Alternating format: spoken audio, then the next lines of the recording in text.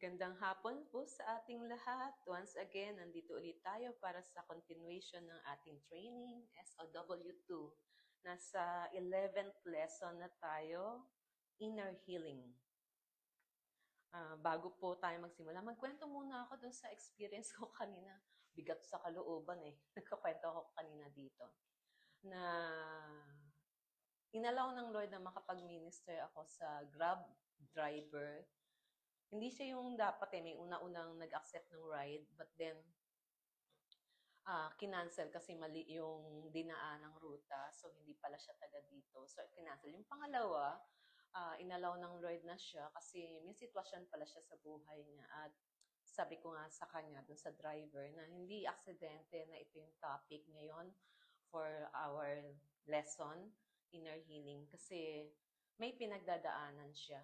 At hinihingi niya na isama natin siya sa panalangin siya at ang kanyang mga anak kasi yung kanyang asawa na nasa Amerika, iniwanan sila at nakipaghiwalay na sa kanya at ang kumakargo ngayon ng pagpapalaki sa kanyang mga anak, pagpapaaral ay siya na lang. And then, bukod doon, noong November 5, sa may Santa Isabel, napagtripan siya ng 3 kabataan. Hindi na daw kabataan dahil pero nung nagpabarangay sila, hindi sinabi kung sino yung pangalan dahil kilala naman doon. Pero ilang beses na daw yung 3 kabataan na yun na laging nasasabwat sa gulo o napapagulo at sila yung nagtitrip dun sa mga taong nandoon. So, ipag-pray lang natin siya kasi may broken right arm siya at nakakas pa siya nung habang nagda-drive siya. Ang pangalan niya ay Ramiel. So, hindi ko nasabihin yung apelyido, baka masakyan niya yung grab niya, grab car niya at makilala niyo pa siya. Pero ngayon, humihingi siya ng panalangin kasi yung kanyang mga anak ay hindi niya kasama at siya lang yung mag-isa dito sa may Panamitan. Pero nauwi siya ng Pasig kasi doon ngayon yung bahay nila. So, let's begin with our topic ngayon, Inner Healing. Ang key verse natin ay John 15 verse 9. Sabi dito, as the Father has loved me, so have I loved you. Abide in my love. Sakit na lalamunan ko So, bago po tayo magtuloy-tuloy sa ating lesson, mag-pray po muna tayo. Father, we know and we believe that you are a God who knows everything and nothing is hidden before you. We appreciate your goodness. We appreciate your faithfulness. We appreciate, Lord, na ikaw yung Diyos namin na aming kasama na hindi mangiiwan ni magpapabaya sa amin. Na sa lahat ng aming pinagdadaanan, you are very much aware, Lord, because you are an all-knowing God and you are omnipresent, Lord. Sa lahat ng sitwasyon, nakikita mo ito. Sa lahat ng sitwasyon, nagmamalasakit ka at nagmamahal ka sa amin. And we just thank you, Father. Father, sa aming pag-aaralan ngayon, open our spirit to wise so that we can hear what the Holy Spirit is saying to us. Allow us to receive your ministry, Lord, sa araw na ito. And allow us, Lord, to be prepared to be used also for those who are in need, O God. Alam po namin, hindi mo kami tuturuan sa araw na ito para matuto lamang, kundi para maging kagamit-gamit sa expansion ng iyong kingdom. And Father, anumang bit-bit na meron ang bawat isa, anumang alalahanin, Lord, inilay down po namin ang lahat ng ito sa iyong paanan at patuloy kami nagpapasakop sa iyong paghahari, Panginoon. Let your presence be in our midst, O God, maging doon sa mga makakapanood ng video na ito, ng live na ito. Father, we pray today, O God, for your presence, O God. Fill us with your peace, fill us with your love. Punuin mo kami ng kapayapaan at pag-ibig na ikaw lamang ang pwedeng magbigay sa amin, Panginoon. At maraming pong salamat because we belong to you, O God. We welcome the working of your Holy Spirit. We welcome yung matinding pagkilos mo at paghipo mo at kagalingan para sa amin. Maraming salamat po aming Ama sa pangalan ni Jesus. Amen. Tuloy po natin. Katulad ng sinabi ko kanina, ang key verse natin nasa John chapter 15 verse 9. As the Father has loved me, so have I loved you. Abide in my love. Ang nasasalita po dito, ang Panginoong Jesus, na ina-affirm niya sa atin yung pag-ibig niya. Kung paano siya nakatanggap ng pag-ibig sa Ama, ganun din niya tayo minamahal at gusto niya manatili tayo sa kanyang pagmamahal. We need to know the definition of inner healing in order for us to appreciate ang kilos ng Diyos na ito sa ating mga buhay. Para higit nating maunawaan ang tungkol sa inner healing, we need to know that we are composed of three parts. We have, ito kita natin, we have body, soul, and spirit. Meron tayong katawan, kaluluwa, at spiritu. Na we are not just body and soul. Nung tinanggap natin ang Panginoong Jesus sa ating buhay bilang ating tagapagligtas at Panginoon, doon tayo na ipanganak na muli at ang ating spiritu ay ginising mula sa pagkakatulog o binuhay mula sa pagiging spiritual dead. So we are composed of three parts, body, soul, and spirit. Kung ang ating katawan ay nakakaranas ng karamdaman, ang ating kaluluwa din can also be inflicted by sickness. Yun yung tinatawag na inner wound, yung sugat sa ating kaluluwa. At ito ay kinakailangan nating i-acknowledge in order for us to receive the healing which comes from the Lord. Thus, our soul gets sick. Kung paano ang ating katawan ay nagkakaroon din ng karamdaman. At ang nagiging dahilan o pinaka-reason why our soul gets sick, kasi may mga nakaraang mga sakit o hurt na naranasan tayo. Past hurts will hinder a person from obeying God. Yung mga hurt na iyon, nagiging dahilan para mahadlangan tayo na makilala ng lubusan, maranasan ng lubusan ang Diyos sa ating mga buhay. Higit sa lahat, para masunod natin siya. Katulad nga nung driver kanina, nung sinashare ko siya ng tungkol sa Lord. Sabi ko, isang panalangin lang ang layo mo mula sa Diyos, lalo na sa mga sitwasyon na meron ka. Sabi niya, pwede po naman mag-pray, kaya lang alam ko, hindi naman sasagot ang Diyos. Kasi punong-puno ng sama ng loob ang puso ko. So, kahit siya, unbeliever siya, acknowledge niya na hindi siya sasagutin ng Diyos kasi meron siyang wound sa heart niya na dulot nung karanasan niya mula sa kanyang asawa at yung karanasan niya lately lang dahil dun sa napagtripan niya siya nung 3 kabataan na yon. So past hurts will hinder a person from knowing God, experiencing God, and even obeying God. Ang inner healing or healing of the soul from the effects of past hurts, kinakailangan ito dahil ito ay mag-i-deal niya o i-deal niya yung inner wounds ng soul na meron tayo. It will deal with treating the inner wounds of our soul. Yun yung pagagalingin. Kung may kagalingan sa physical ng katawan na siyang pinag-aaralan natin nung nakaraang linggo lang yun, di ba? Yung divine healing, may inner healing din. Dahil gusto ng Lord na ang healing na matanggap natin ay holistic, spirit, soul, and body. Kapagaling tayo ng Diyos, yung karamdaman ng ating spiritu, nung tinanggap natin ang Panginoong Yesus bilang tagapagligtas at Panginoon ng ating buhay. Binuhay niya tayo from being a living dead when we accepted Him as our Savior and our Lord. Yun yung unang healing na natanggap natin. And then, napag-aralan din natin yung divine healing. Yung healing physically when we acknowledge that Jesus is our great physician or Jesus is our healer. And then ngayon naman, yung healing ng ating soul because our body, spirit, and soul needs healing. At concern ang Lord, hindi lamang sa healing ng ating spirit, hindi lang siya concern sa healing ng ating body, concerned din siya sa healing ng ating soul.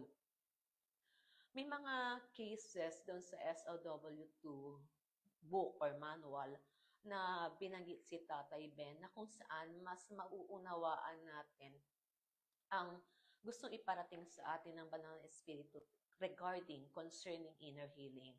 At dito sa dalawang cases na ito, mas makikita natin kung ano yung mga pwedeng pagmulan ng inner wound at ano yung steps kung paano makakatanggap ng inner healing. Ang case number 1 is a sister who could not worship God. Minsan may isang gathering. At doon sa gathering na iyon, nandun si Tatay Ben. At meron siyang nakitang isang babae na nakaupo sa kanyang upuan, sa medyo sulok. At iyak siya ng iyak during worship time.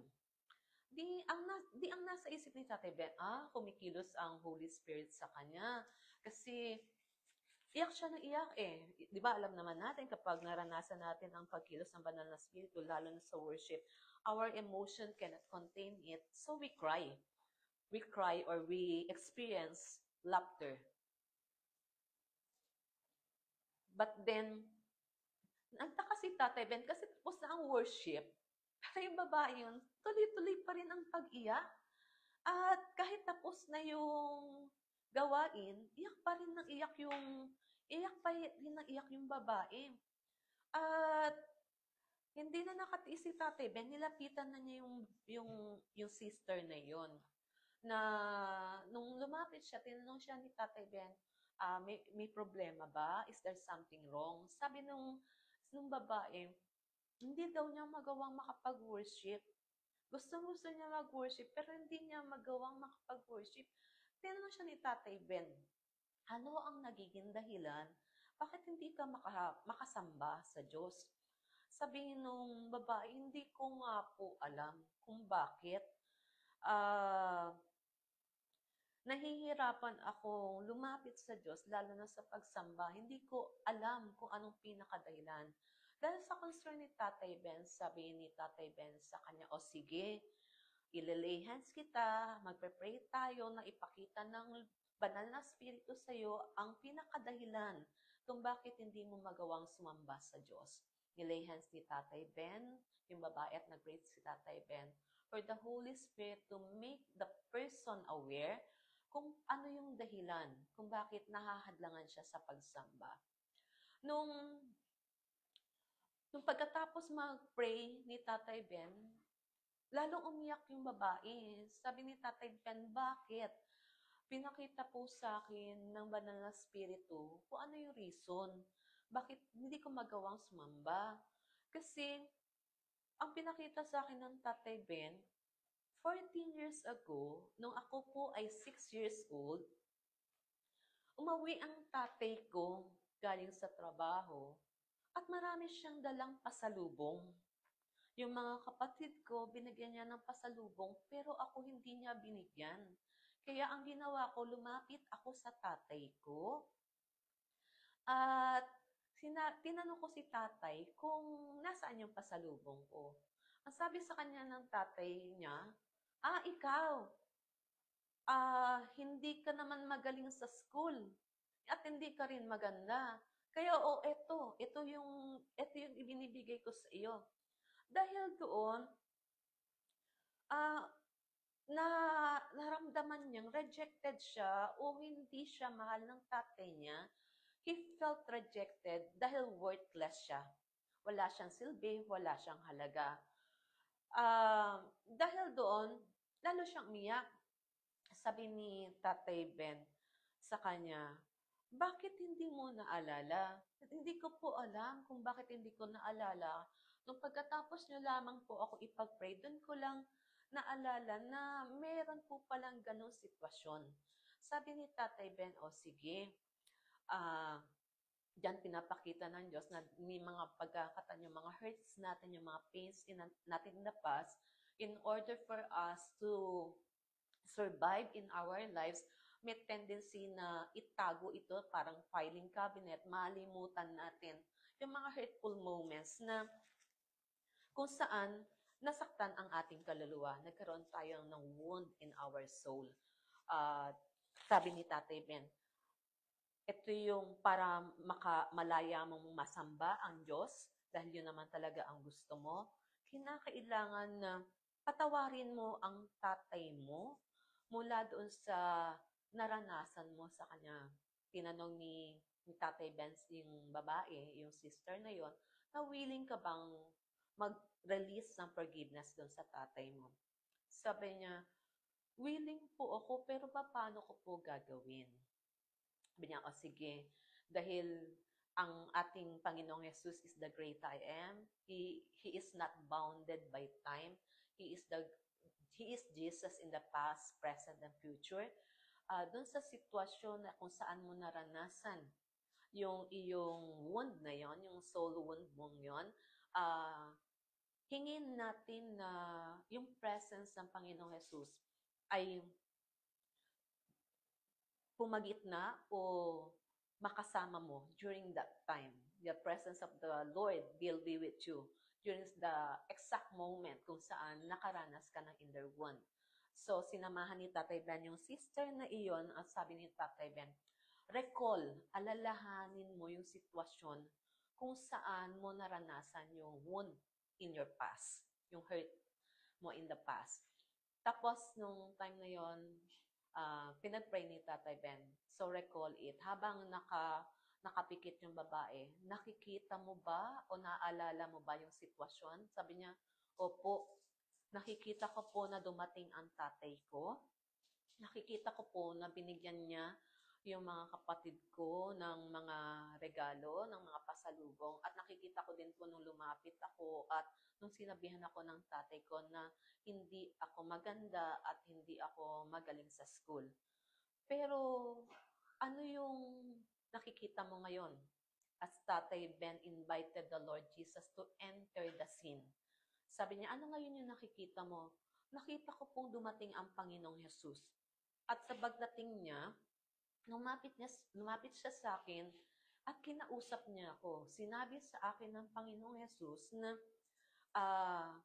ikaw ay maganda sa aking paningin, ikaw ay mahalaga sa aking paningin.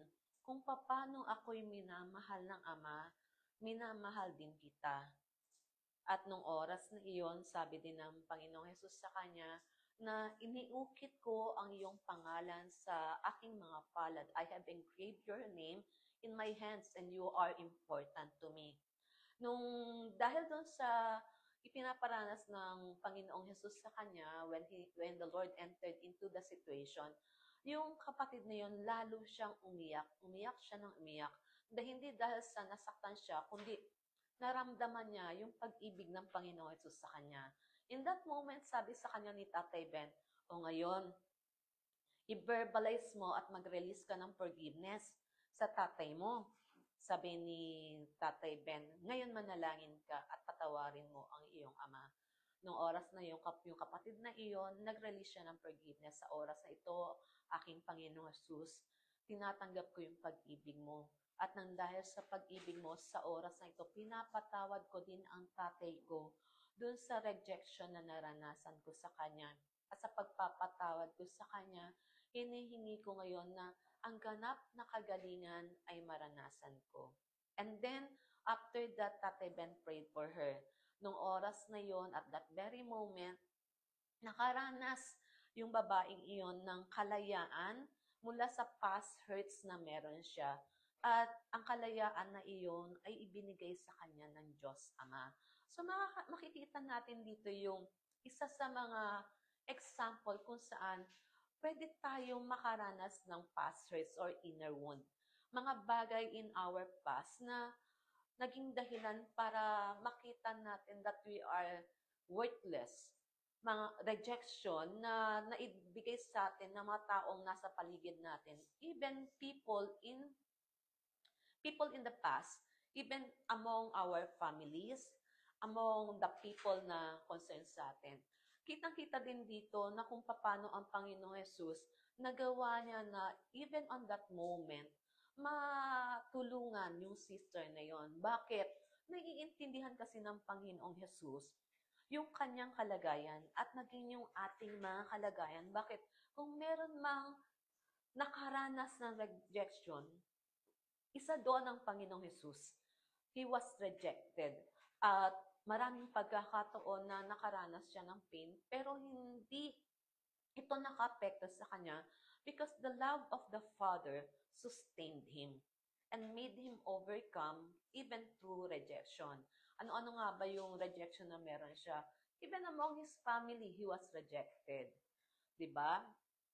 Tapos ano pa doon among the disciples nung itinatwa siya, he was ano ba 'yon?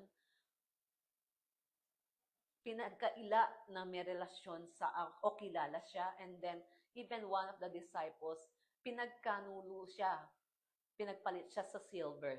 At bukod doon sa cross of Calvary, iniwanan siya ng lahat.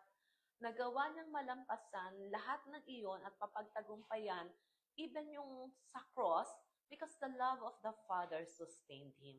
So, isa sa mga dahilan kung kaya tayo makakaranas ng inner healing ay dahil sa mahal tayo ng Diyos at pinatunayan yun ng Panginoong Jesus doon sa krus ng Kalbaryo.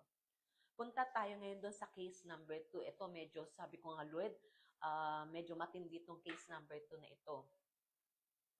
Doon sa case number 2, merong isang kapatid na lalaki na dati siyang homosexual or bakla. Dinarektan na, no? Dati siyang homosexual or bakla.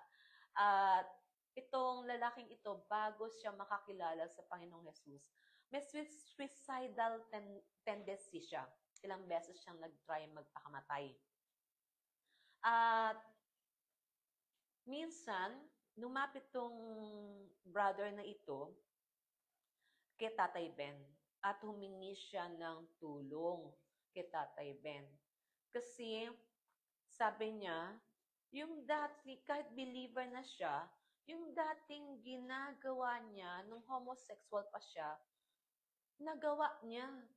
Kaya kinonfess niya yun sa Lord, kinonfess niya yun kay Tatay Ben, at pinag-pray siya ni Tatay Ben. He repented and got saved and was still trapped at the same sin. Yun yung sinabi niya kay Tatay Ben, na kahit siya ay nagsisi na at tinanggap na niya ang Panginoong Jesus, bihag pa rin siya ng kanyang nakagawiang kasalanan. Dahil doon, humingi na siya ng tulong kay Tatay Ben. So, nung after siya ipag-pray ni Tatay Ben, pinagsisihan niya yung kasalanan na iyon. At with joy, umuwi siya ng bahay. Pero after 1 week, lumapit uli siya kay Tatay Ben. At same experience uli yung na kanyang naranasan, humingi uli siya ng tulong kay Tatay Ben kasi nagawa uli niya yung safe sin na yun. Pinag-pray uli siya ni Tatay Ben, with joy, umuwi uli siya ng bahay. Pero sa sumunod na linggo, ikatlong beses, lumapit uli siya kay Tatay Ben. At sabi niya, naulit-uli. At sabi ni Tatay Ben, may problema na. Sabi ni Tatay Ben, first time ko na-experience ito, kaya nagtanong siya sa Lord, Lord, ano pong problema? Sabi ng Lord sa kanya, kailangan niya ng inner healing kasi paulit-ulit na sitwasyon. Kumbaga, repetitive yung sin na iyon at hindi siya makawala kahit believer na siya. So, there's something holding him back to repeat that same sin. Kaya nung time na yon, humingi ng tulong ang Tatay Ben sa Lord, hindi lamang niya hiningi ng tulong yung sin na yon, kundi to go back to the root cause of the problem. Nung katulad ng ginawa ni Tatay Ben doon sa sister na yon, sinamahan ni Tatay Ben yung kapatid na lalaking iyon sa harapan ng Lord at nilahyan si Tatay Ben at hiningi ni Tatay Ben, Lord, hindi alam nitong anak mong ito kung anong kalagayan niya at bakit pa ulit-ulit na bumabalik siya sa kasalanan na yun. Kahit pa ulit-ulit din niyang pinagsisisihan ito. Banal na Espiritu, ipaalala mo sa kanya kung bakit siya nandito sa ganitong sitwasyon. And then the Holy Spirit reminded this man na he was molested nung siya ay bata pa. Pinaalala sa kanya ng Banal na Espiritu nung grade 1 siya. Meron siyang lalaking teacher na after ng schools, pinaiwan siya at sinabi sa kanya na i-erase niya yung blackboard. Burahin niya yung kung ano yung nakasulat sa pisara. Pisara talaga, Tagalog. So, pinaiwan siya. Nung wala na yung mga kaklase niya, he was raped by that male teacher. Nirape siya nung teacher niya yon.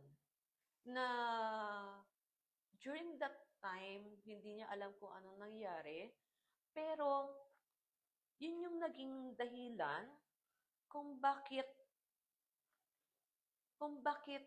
naging homosexual siya. Wala na po ito doon sa SOW1, SOW2 sa lesson na inano ni Tatay Ben, pero doon sa mga na-encounter ko na inner healing at even doon sa spiritual warfare, doon sa mga taong na minisiran ko deliverance, na the same spirit nung taong ng biktima na ipasa doon sa victim. So, the victim became the victimizer. So, kung ano yung nandun sa male teacher na meron, homosexuality, that was the same weakness, sin, and spirit that was transferred dito sa kapatid natin ito na lalaki. So, when the Lord allowed him to remember it, Tatay Ben led him to receive inner healing from the Lord. Sabi niya, oh sige, uh, we need to minister to you inner healing. Recall the very situation kung saan, kung kailan naranasan mo, ang hirap magtagalog, kung kailan mo naranasan yung time na iyon. At recall every situation. Sabi nung nung lalaking yon, Tatay Ben, pagkatapos po ng sitwasyon, ako po ay umiiyak. Nakita ko po ang Panginoong Yesus na dumating at kinuha ako mula doon sa aking pagkakaupo, naiyak ako.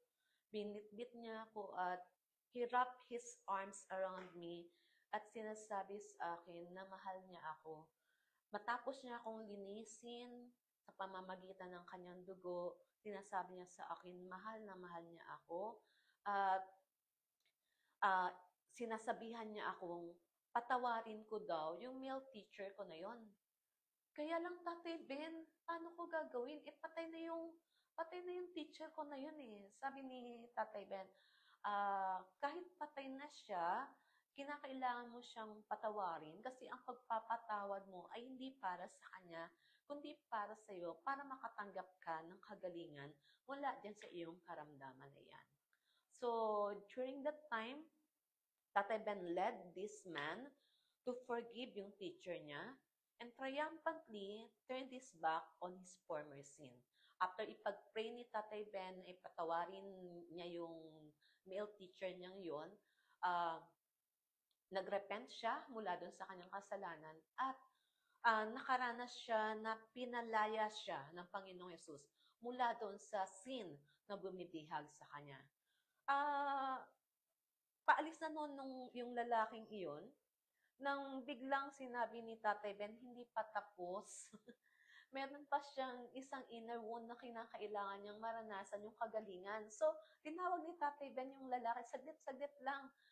Sabi ng banal na spirito, meron ka pang isang inner wound na kinakailangan mong makaranas ng kagalingan, ng inner healing.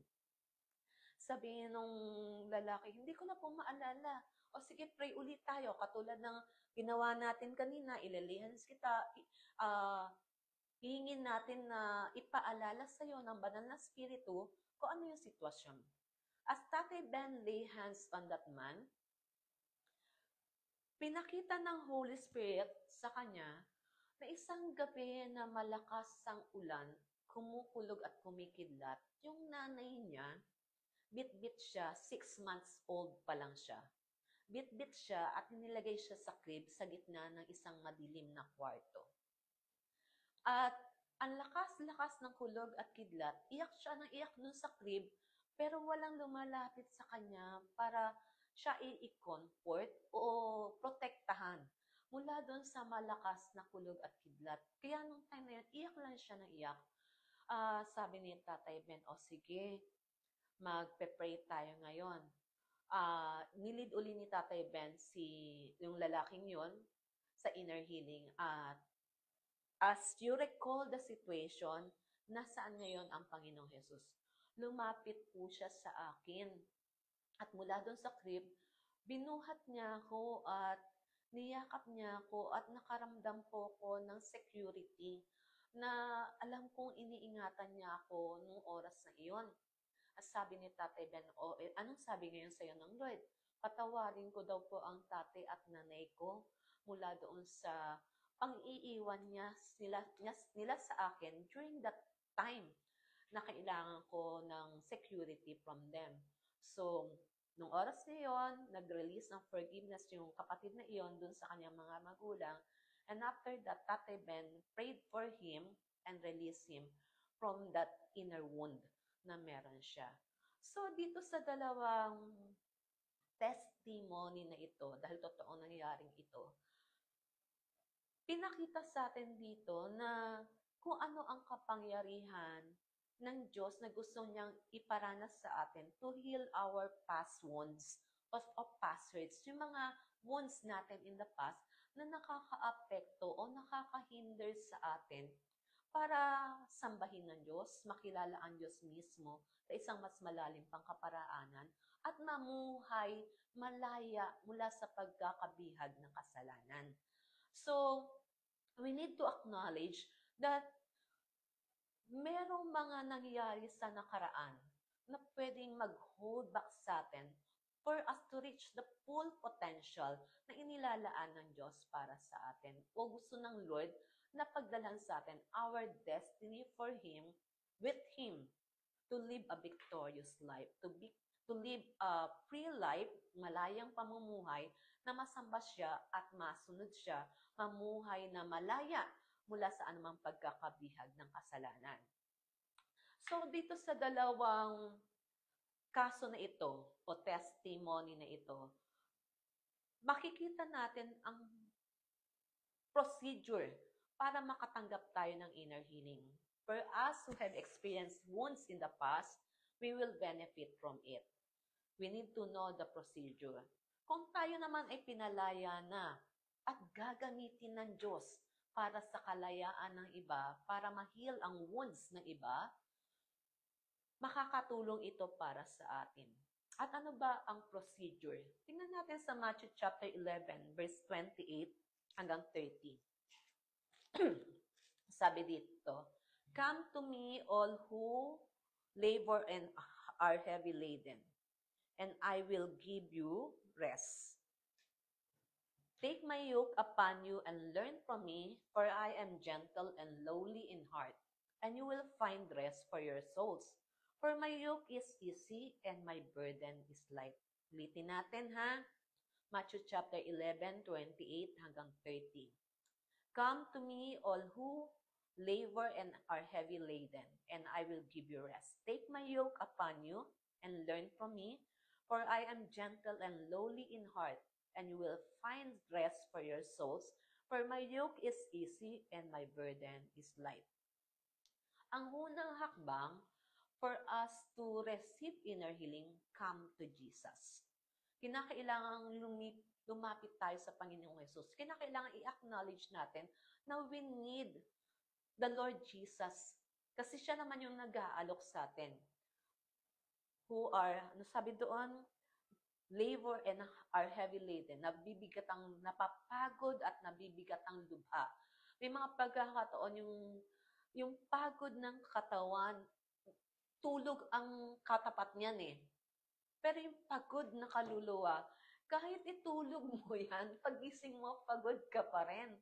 At may mga pagkakataon na yung pagod na kaluluwa, dulot ito o resulta ito ng may mga inner wounds. So, we need to acknowledge that we need the Lord Jesus, lalo na dun sa mga past situations na ating naranasan. Sa Romans chapter 5, verse 5, sabi dito, "And hope does not put us to shame, because God's love has been poured out into our hearts through the Holy Spirit who has been given to us." Nangangahulugan na sa bawat paglapit natin, hindi tayo pababaliwala. May pag-asa sa atin at hindi tayo ipapahiya. Dahil sa paglapit natin sa Panginoong Yesus, sa anong pamamaraan, hindi niya tayo itataboy. But before we come to the Lord Jesus, or if before we lead someone for inner healing, kinakailangan siguraduhin natin yung taong iyon ay tinanggap si Jesus bilang kanyang Panginoon at tagapagligtas ng kanyang buhay in order for that person to receive inner healing. Katulad yung driver kanina, acknowledge niya na hindi sasagutin ng Diyos yung panalangin niya kasi may kasalanan siya, punong-puno ng sama ng loob o galit ang kanyang puso. Pinapakiramdam ko ang Lord kung gusto ng Lord na i-lead ko siya sa inner healing.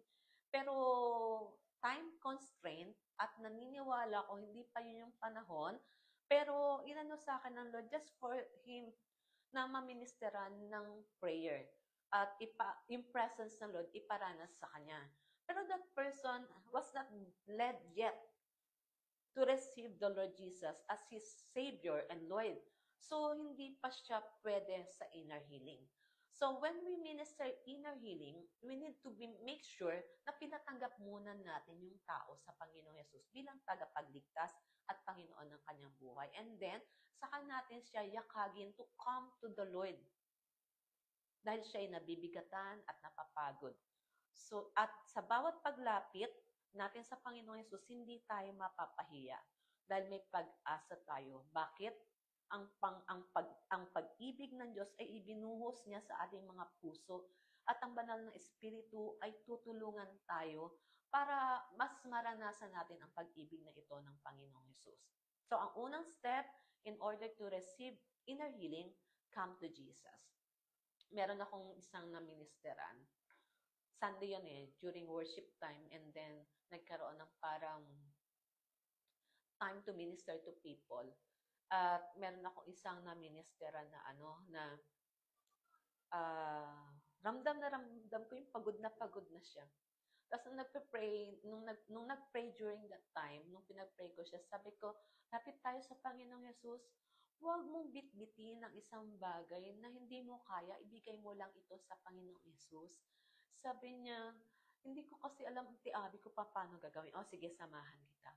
So nung pinag-pray ko siya, sabi ko, receive the rest from the Lord. So nakapag-rest siya. After dun, sabi ko, alam mo, pinahirapan mo sarili mo. Kasi ang paglapit lang sa Panginoong Yesus, ang sagot para dun sa lahat ng kabigatan mo, matanggal sa iyo.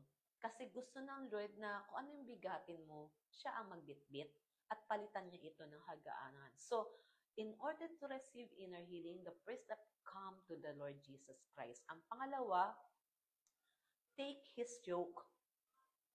Kunin yung kanyang pamatok.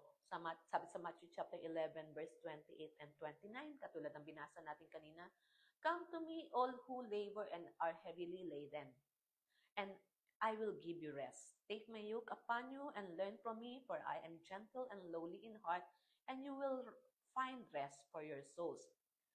Ang yoke na sinasabi ng Panginoong Jesus dito ay patungkol sa kanyang governance or control over our lives.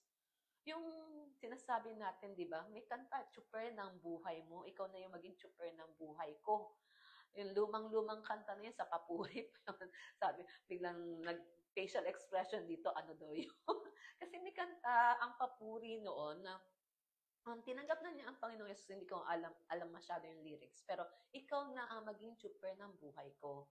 Pag sinabing tsuper ng buhay, siya yung may hawak sa manibela. Tatandaan ko kapag nag-drive yung kapatid ko at yung pamangkin ko, ang sinasabi ko, sabi niya, tita, ako ang may hawak ng manibela. Hayaan mo ako ang magdesisyon kasi ako ang may hawak ng manibela. So, yun yung kung sino yung may hawak ng manibela, siya yung may control ng kung ano yung ng sasakyan. Ganon din sa buhay natin. The yoke of Jesus refers to governance or control. Allow Jesus to take control of our lives. Allow Jesus to have the governance. Siya yung maging Panginoon ng buhay natin.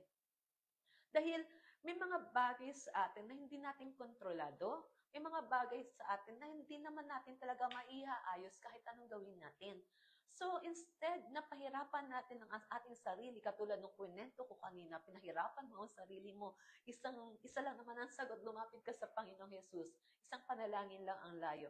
So, hayaan natin ang Panginoong Yesus ang obra ng buhay natin, even in the situation na kung saan tayo naroroon. It is also means the person needing healing must admit his woundedness before Him. Na kapag sinabing take His yoke, aminin sa Panginoong Jesus, Lord, nasaktan ako.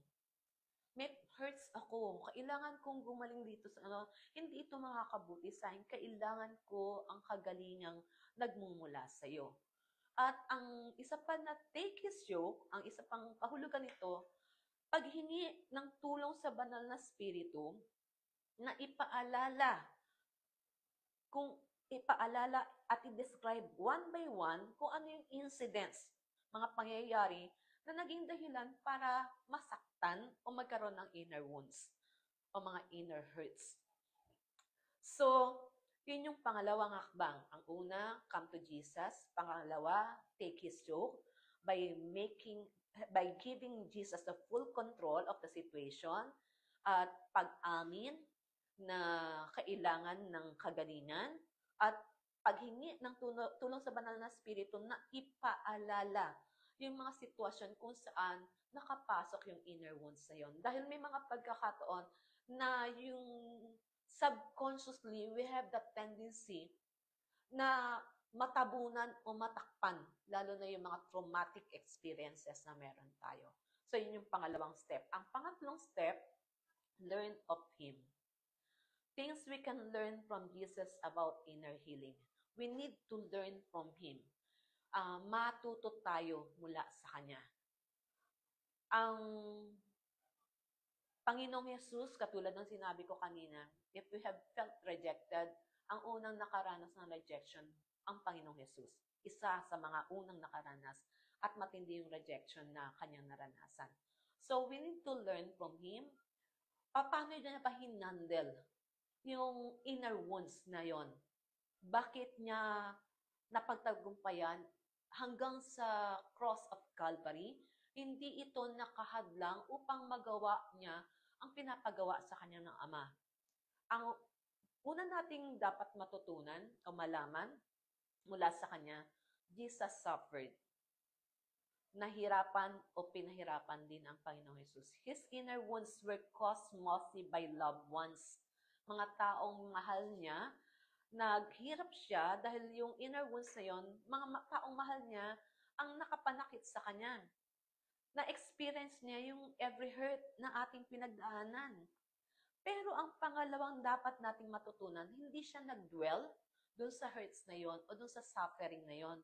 Jesus forgave. Pinatawad niya ang mga taong yun. Kaya nga dun sa cross of Calvary, di ba sabi niya, Ama ko, patawarin mo sila dahil hindi nila alam kung ano ang kanilang ginagawa. Jesus forgave even sa time na siya ay na-crucified. He asked the Father to forgive those who has crucified Him.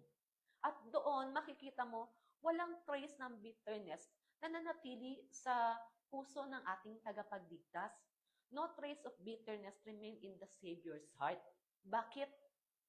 Mismo doon sa oras na mamamatay na siya, nasabi pa niya iyon na patawarin ng Ama. Kasi pwede namang parusahan ng Ama yung mga taong nagpapako sa kanya sa krus. At sa halip na hingin niya yun sa Ama, hiningi niya sa Ama na patawarin mo sila dahil hindi nila alam kung anong kanilang ginagawa. So, we need to learn from Him na kahit siya ay nasaktan, nagawa pa rin niyang magpatawad.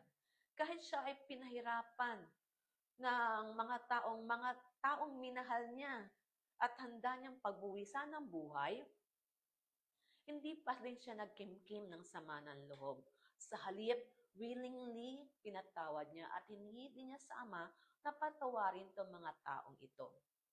Una, come to Jesus. Pangalawa, learn from Him. Ang pangatlo, you must forgive. Sabi sa Romans 10:10, for with the heart man believeth unto righteousness, and with the mouth confession is made unto salvation. Jesus spoke spoke forth His forgiveness of others. Dun sa cross, kinakailangan niyang i-verbalize yung pagpapatawad niya doon sa mga tao yun at paghingi sa Ama na patawarin din yung mga tao yun. Ang isang tao na nangangailangan ng inner healing should do the same.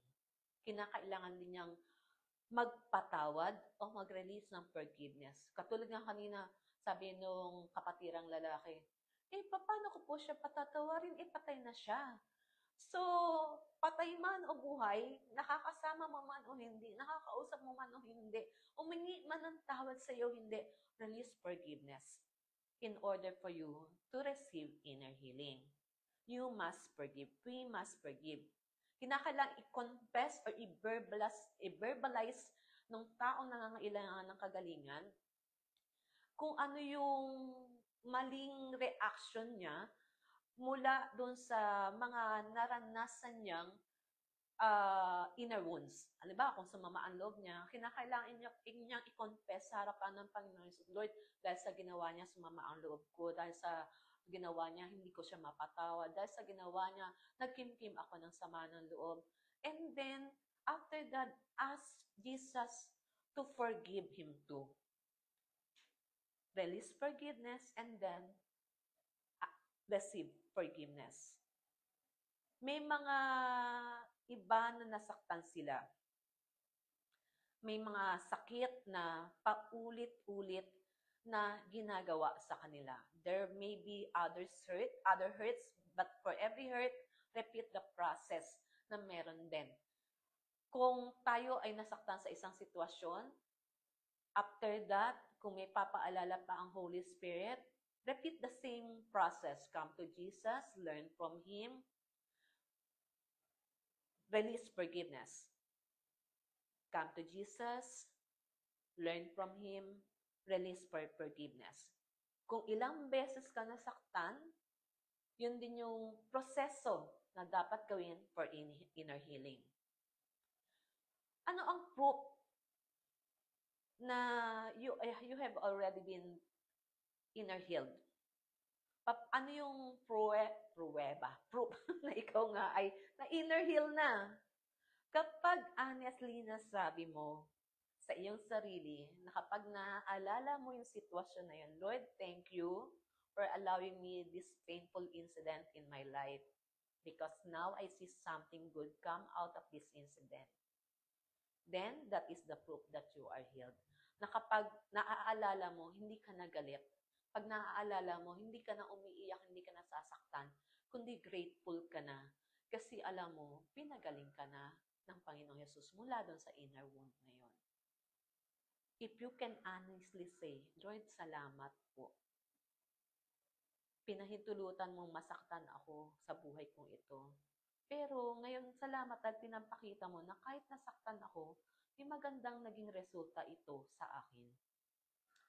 Na hindi siya nanatiling sa what the purpose of God para doon sa mga bagay na iyon. Yun yung proof na na-inner heal na tayo. Pero pag once na naaalala natin at masama pa rin ang loob natin, nakakaramdam pa rin tayo ng inis, nakakaramdam pa rin tayo ng galit, you need inner healing. Hindi ka pa inner healed. You need to be inner healed pa rin. Pero pag naaalala mo yung sitwasyon at mapapangiti ka, salamat Lord, nalampasan ko yun, ano?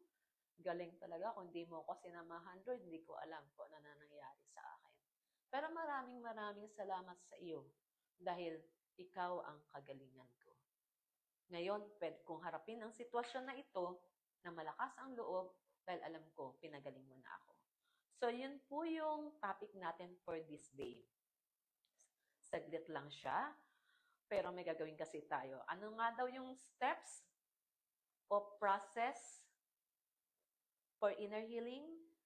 Number 1, come to Jesus. Ang pangalawa, take His yoke. Give the Lord Jesus the full control or governance ng buhay natin in order for Him to lead us to inner healing. Kasama doon yung i-admit natin, Lord, kailangan kong ma-heal. May wound ako in the past. Akala ko okay na ako, hindi pa pala, Lord. I need to be healed, Lord. Hadlang pala ito para makalapit ako ng lubusan sa iyo, maging confident ako sa paglapit ko sa iyo, masamba kita, mapanampalatayaan kita, mapagkatiwalaan kita. Hadlang pala ito. Hadlang din pala ito para makapamuhay ako ng marapat sa iyong harapan. Kaya pala paulit-ulit yung sin na yun, Lord, kasi may inner hurt pala ako na yun yung pinaka-root cause. And then, Lord, hingi ng tulong sa banal na spirito kung hindi natin naaalala kung bakit tayo may inner wound, we need to ask for the Holy Spirit help. Kasi siya yung nakakaalam ng simula, ngayon at ang katapusan. So, kahit nakalimutan pa rin natin yun, the Lord, Holy Spirit can make us remember the very situation kung kaya tayo nasaktan. Ang pangatlo, learn of Him. Matuto tayo mula sa Panginoong Yesus na siya'y nasaktan, nahirapan, pero nagawa niyang magpatawad. Na matuto tayo sa Kanya bilang magandang halimbawa ng katagumpayan ng kahit may mga rejections, we can rise up above the rejections. We can rise up above every hurt, in past hurts na meron tayo dahil naranasan niya o higit pa nga ang naranasan niya kesa sa atin. Pero nagpatawad siya. Na kung nagawa niyang magpatawad, we can also release forgiveness to others, lalo na doon sa mga taong nakapanakit sa atin. At pang-apat, tama ma. Mali ako. Tama. Learn from Him. Jesus forgave. At pangatlo, doon sa Jesus forgave, we must also forgive others. Kung paano ang Panginoong Jesus ay nagpatawad din sa iba. So, natapos na po ang ating lesson at alas 4 pa lang. Isang oras, pero hindi tayo matatapos dyan. Question, what is inner healing? Ikaw na nandyan sa online, ano ba ang inner healing?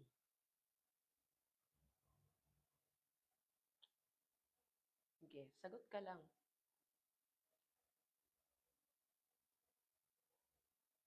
And then, ano daw yung steps in inner healing? Ano yung mga hakbang para makareceive ng inner healing? 3 yung hakbang, di ba? To receive inner healing.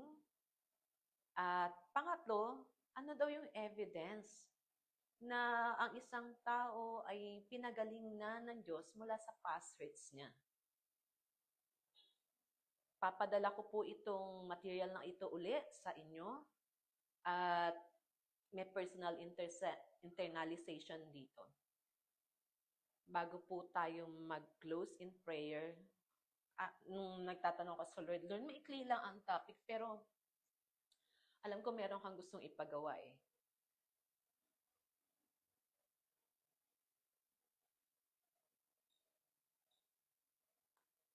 May gusto kang ipagawa na gagawin natin ngayon. Katulad ng sinabi ng Lord through Tate Ben, Jesus is not bound by time. He is not bound by distance. He is not bound by circumstances. Kahit na nasaan tayo ngayon, gusto ng Lord na maka-experience tayo mula sa Kanya. Kaya sa oras na ito, lalapit tayo ngayon sa Lord. Let us apply what we have learned.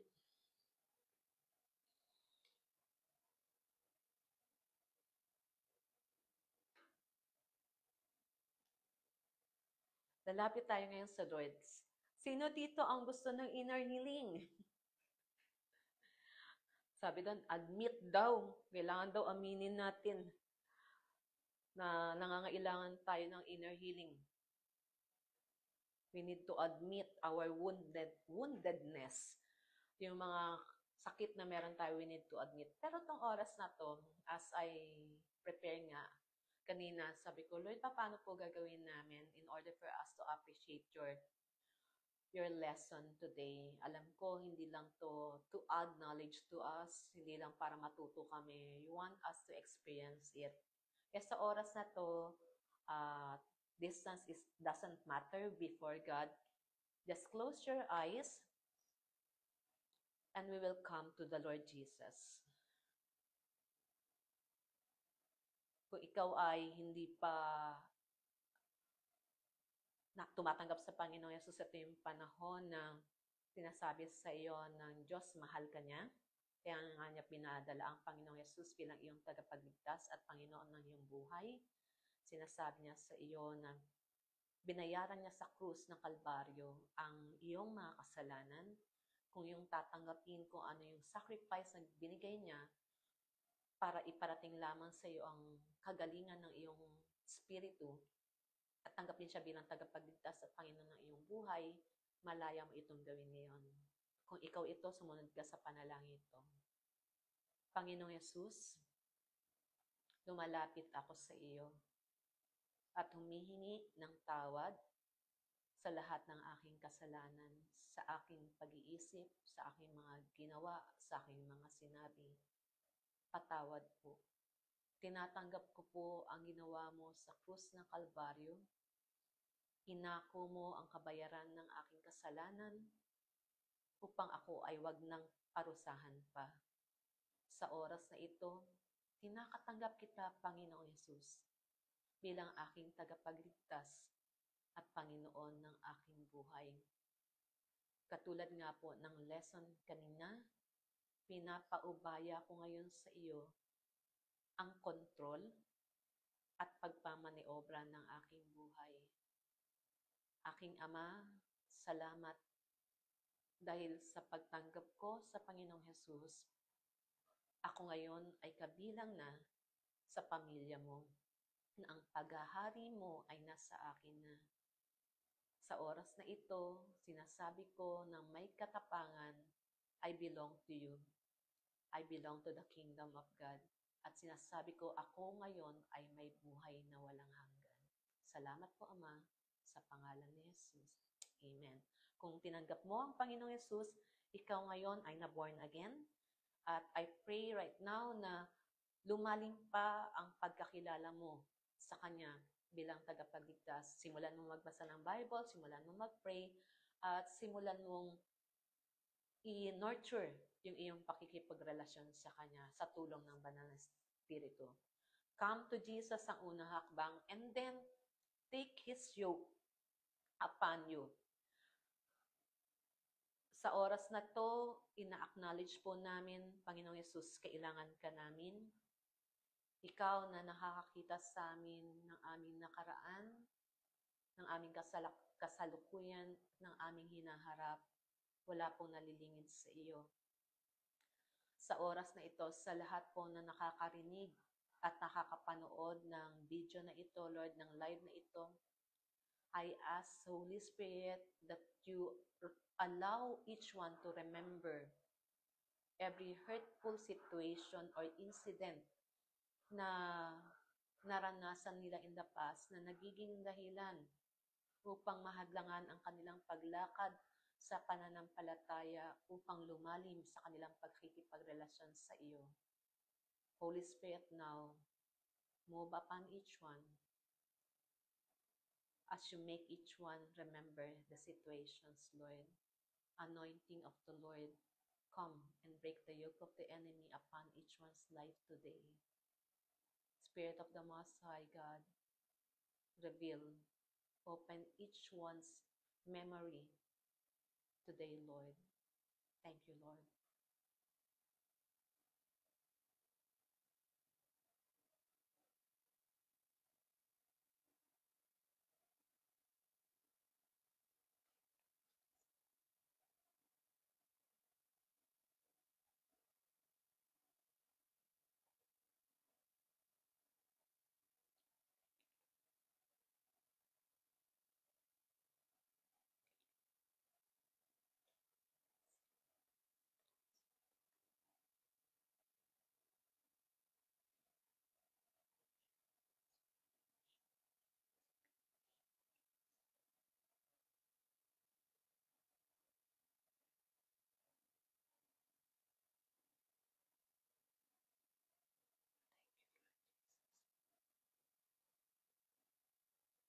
kung naipaalala sa'yo ng banal na espiritu yung incident na kung saan na-hurt ka, recall the very moment ng experience na iyon at be vocal before God kung ano yung naranasan mong pain. Verbalize it, kung ano yung naging reaction mo noong oras na iyon.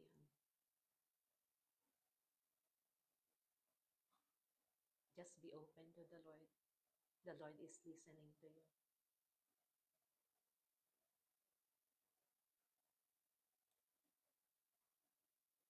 And then, ngayon,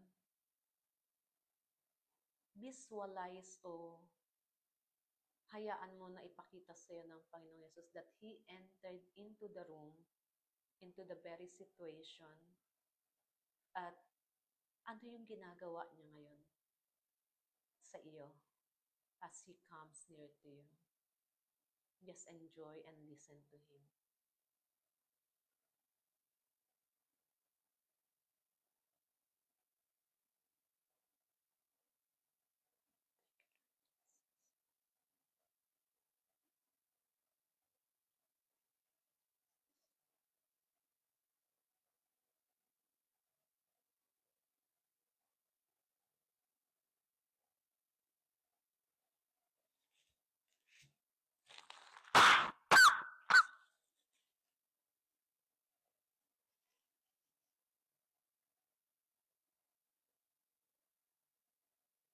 Itong oras na to, if there are people involved, release forgiveness dun sa mga taong yun. Verbalize mo yung pagpapatawad mo dun sa mga taong yun.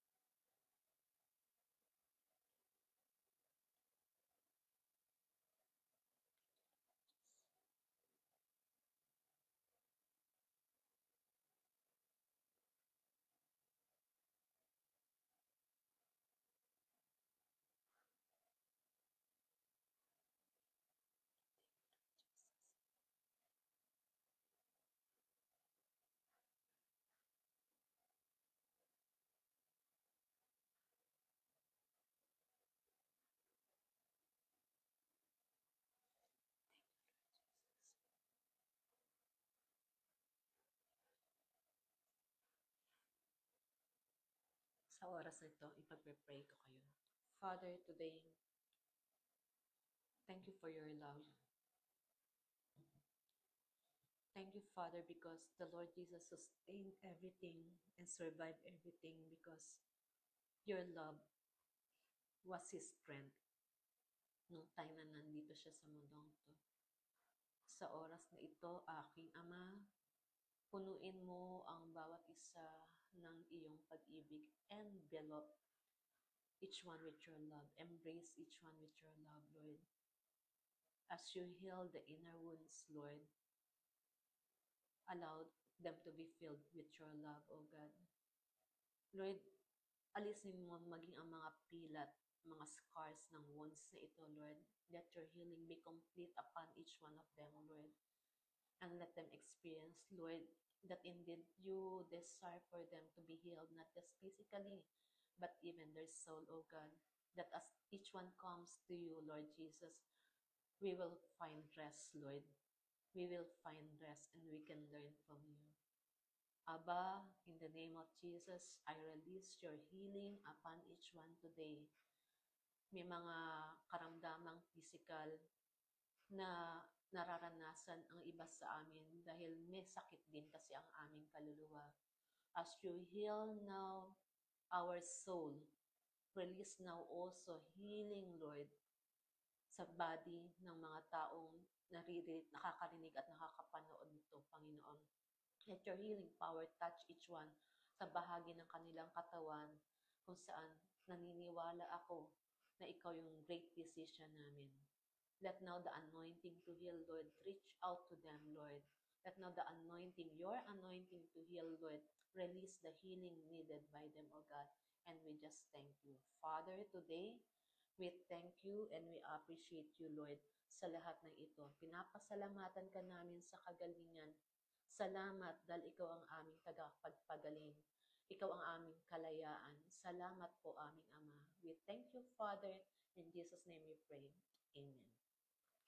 Kung sa tingin nyo, kailangan nyo pang ituloy, just continue. At tinatapos ko na po dito ang ating lesson. But then, sa inyong kinalalagyan nyo, can continue communing with the Holy Spirit para ma-receive yung para sa inyo. Kita-kita po ulit tayo next Saturday. At be expectant kasi isa na namang lesson ng ating pag-aaralan about spiritual warfare. So, we are increasing in the knowledge sa kung paano tayo magiging effective at victorious sa ating buhay. God bless you all. See you next week.